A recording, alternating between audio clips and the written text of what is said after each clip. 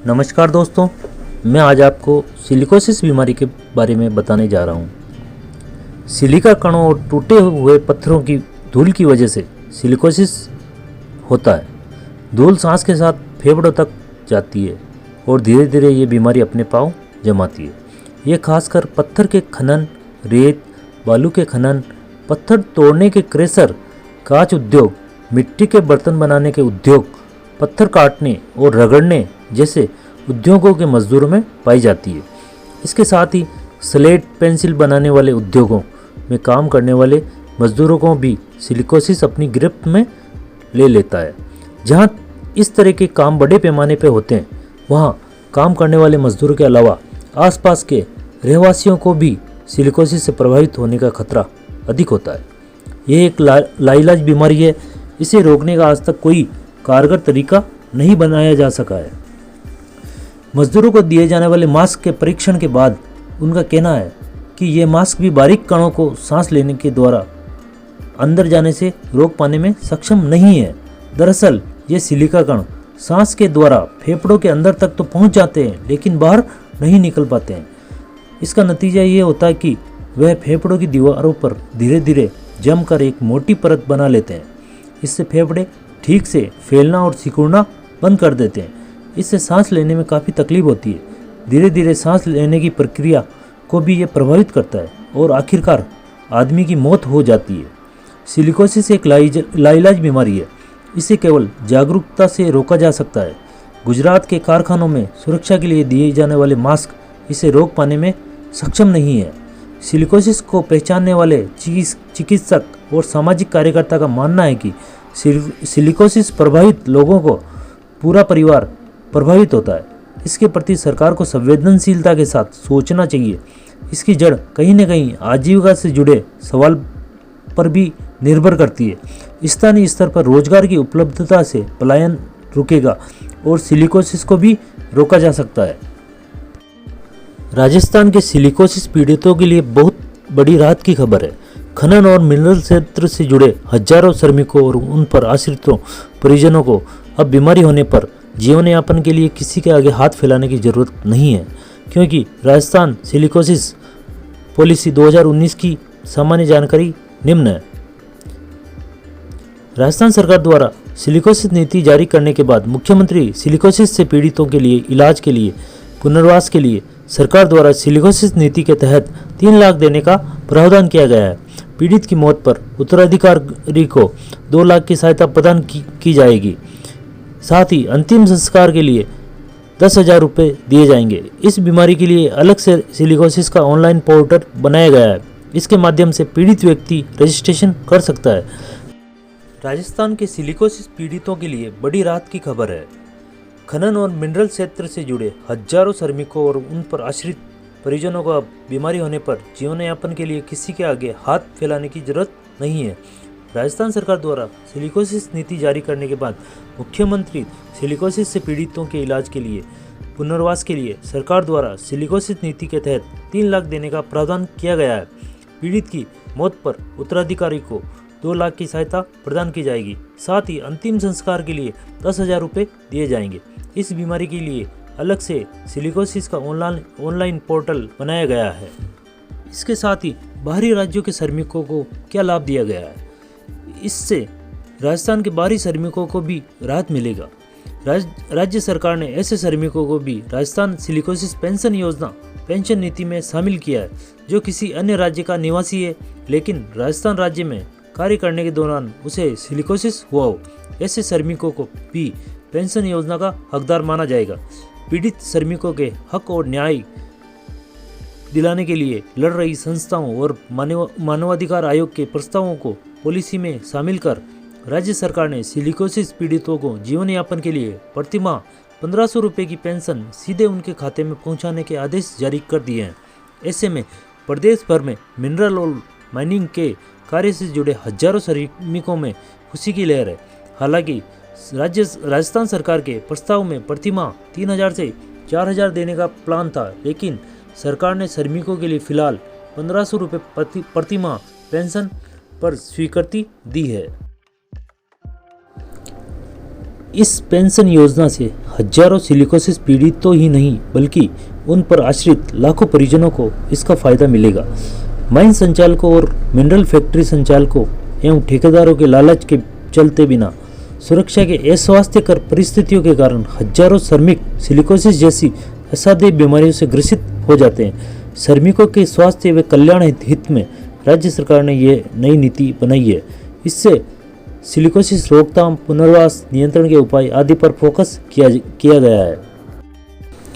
राज्य में silicosis portal के अनुसार न्यूकोनियोसिस बोर्ड से 21,000 प्रमाणित रोगी है। इसमें अजमेर जिले में औसतन 1,178 जीवित एवं 135 से अधिक मृतक रोगियों का आंकड़ा है। राजस्थान की पॉलिसी BOCW सहित खनन श्रमिकों के लिए भी है, जो देश भर में सबसे अलग व पहली है। गौरतलब है कि श्रमिकों के हितों के लिए कार्य करने वाली संस्था ग्रामीण एवं स्वास्थ्य विकास द्वारा श्रमिकों की समस्याओं को लेकर मुद्दे उठाए जा रहे हैं। जिस तरीके से सिलिकोसिस हेतु आवेदन भारी संख्या में आ रहे हैं, उसको देखते हुए सिलिकोसिस रोगियों की संख्या में भारी बढ़ोतरी होने की संभावना है। राजस्थान के अलावा अन्य प्रदेशों के श्रमिकों को भी मिलेगी राहत।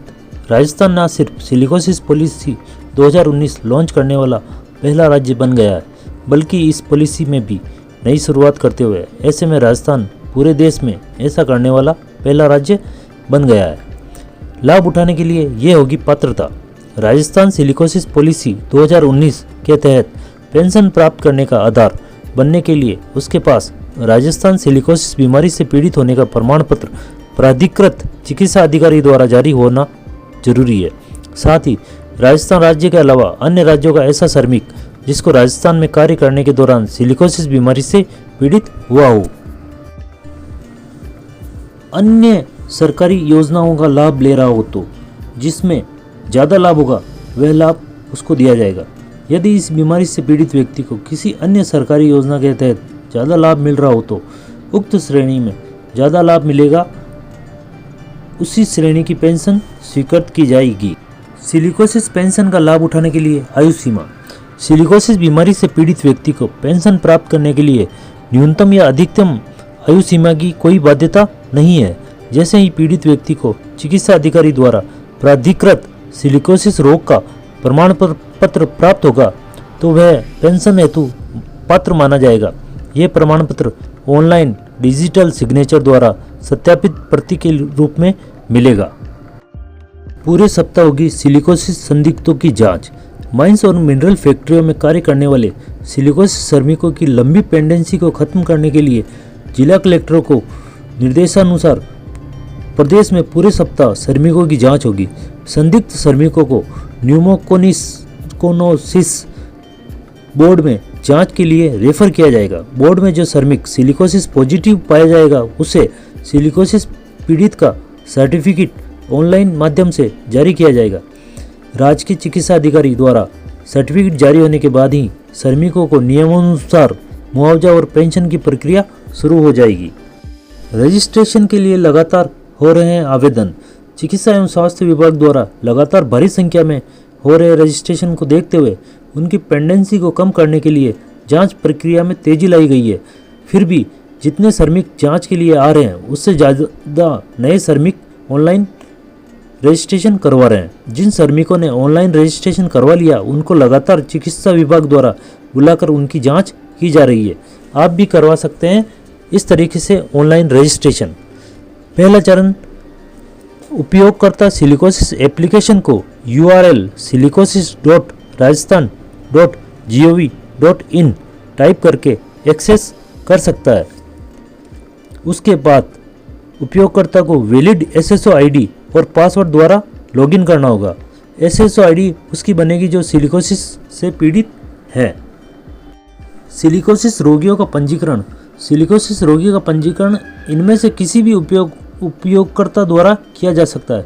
एक तो स्वयं व्यक्ति अपना ऑनलाइन पंजीकरण कर सकता है, ई-मित्र द्वारा, सिलिकोसिस विभाग व्यवस्थापक द्वारा, जिला क्षय रोग अधिकारी जिसको TB रोग का अधिकारी भी कहते हैं उनके द्वारा, मेडिकल चिकित्सा अधिकारी या MO द्वारा भी किया जा सकता है। नागरिक स्वयं स्वयं या ई मित्र कियोस्क के माध्यम से ऑनलाइन लॉगिन कर आवेदन कर सकते हैं। स्क्रीन में दिखाए अनुसार रजिस्टर आवेदक लिंक पर उपयोगकर्ता क्लिक करता है, नीचे दी गई नई स्क्रीन दिखाई देगी। उपयोगकर्ता उपलब्ध शिविरों की जांच करने में सक्षम हो सकता है। उपलब्ध शिविर बटन पर क्लिक करें। यदि रोगी भामाशाह आईडी रखता है तो उपयोगकर्ता यस बटन पर क्लिक करेगा। यदि रोगी नहीं रखता है तो भामाशाह आईडी है तो उपयोगकर्ता नहीं है तो उपयोगकर्ता को नो बटन पर क्लिक करना होगा। यस बटन पर क्लिक करने के बाद नीचे स्क्रीन दिखाई देगी, उसमें उपयोगकर्ता भामाशाह आईडी या भामाशाह रजिस्ट्रेशन आईडी दर्ज करेगा। फिर सर्च या खोज बटन पर क्लिक करें। नीचे स्क्रीन में भामाशाह आईडी के अनुसार परिवार के सदस्य की एक सूची दिखाई देगी। उपयोगकर्ता पंजीकरण के लिए सिलिकोसिस से पीड़ित एक सदस्य का चयन करेगा, फिर अगले पर क्लिक करेगा। रोगी का डेटा भामाशाह से प्राप्त किया जाता है। उसके बाद उपयोगकर्ता रोजगार विवरण और पत्राचार विवरण में प्रवेश करेगा। नेक्स्ट बटन पर क्लिक करें, फिर आवेदक विवरण पूर्वावलोकन नीचे दिए गए अनुसार दिखाई देगा। उपयोगकर्ता को रोगी के संपर्क विवरण और ईमेल आईडी यदि हो दर्ज करना आवश्यक है। रोगी अपने बैंक खाते के विवरण की जांच कर सकते हैं कि धन कहां स्थानांतरित किया जाएगा। यदि वह इसे किसी अन्य बैंक खाते में स्थानांतरित करना चाहता है तो उसे अपना बैंक अपडेट करना होगा। जल्द से जल्द जन आधार कार्ड या भामाशाह कार्ड में जो खाता दर्ज है वो भी उसमें दर्ज कर सकता है। अंतिम पुष्टि के लिए उपयोगकर्ता को OTP कोड दर्ज करना होगा जो उसके मोबाइल पर भेजा जाता है। उपयोगकर्ता OTP और सबमिट करें पर क्लिक करता है। सिस्टम में एप्लीकेशन नंबर जनरेट होगा। उसके बाद सफल पंजीकरण के लिए स्क्रीन पर एक संदेश दिखाई देगा। आपका पंजीकरण संख्या सफलतापूर्वक किया गया है। आपका नंबर जैसे 17000040 है। पंजीकरण संदेश की पुष्टि उपयोगकर्ता के दर्ज मोबाइल पर स्वचालित रूप से भेज दी जाएगी। ओके बटन पर क्लिक करें, फिर आपको आवेदन के डैशबोर्ड पर भेज दिया जाएगा। ध्यान दें, पंजीकरण कृत रोगी मामले आगे की कार्रवाई के लिए जिला टीबी अधिकारी या जिला क्षय रोग अधिकारी के पास जाएंगे। रोगी का पंजीकरण रोगी स्वयं या सिलिकोसिस विभाग द्वारा किया जाता है। व्यवस्थापक या एडमिनिस्ट्रेशन कियोस्क द्वारा, फिर PSC CSC में प्राथमिक जांच के लिए चिकित्सा अधिकारी के लिए आवेदन किया जाता है या शिविर में किया जाता है। फिर आवेदक फिर से DTO में स्थानांतरित हो जाता है। मेडिकल ऑफिसर यदि MO अधिकारी द्वारा पंजीकरण किया जाता है तो प्राथमिक चेकअप PSC CSC में या शिविर में होता है। तो आवेदक माध्यमिक जांच के लिए DTO के पास चला जाता है। यदि DTO अधिकारी द्वारा पंजीकरण किया जाता है तो उसे कोई प्राथमिक चेकअप या जांच की ज़रूरत नहीं होती है। इसकी जगह सेकेंडरी चेकअप किया जाता है जो सीधा जिला क्षय निवारण केंद्र या जो भी जिले पर TB हॉस्पिटल है उसमें किया जाता है। TB हॉस्पिटल हर जिले के जिला मुख्यालय पर स्थित है। वहाँ सिलिकोसिस बोर्ड बैठता है। वहाँ सिलिकोसिस पीड़ित व्यक्ति की जांच होती है। उसके बाद वहाँ अगर उसमें सिलिकोसिस के लक्षण पाए जाते हैं तो उसको वहाँ से सिलिकोसिस प्रमाण पत्र जारी किया जाता है।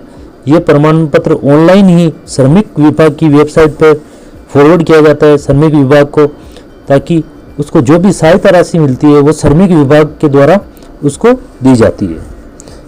दोस्तों, अगर आपको ये जानकारी अच्छी लगी हो तो चैनल को सब्सक्राइब करें, लाइक करें, बेल आइकन पर क्लिक करें और हम ऐसी ही जानकारी आपको नियमित तौर पर उपलब्ध कराते रहेंगे। धन्यवाद।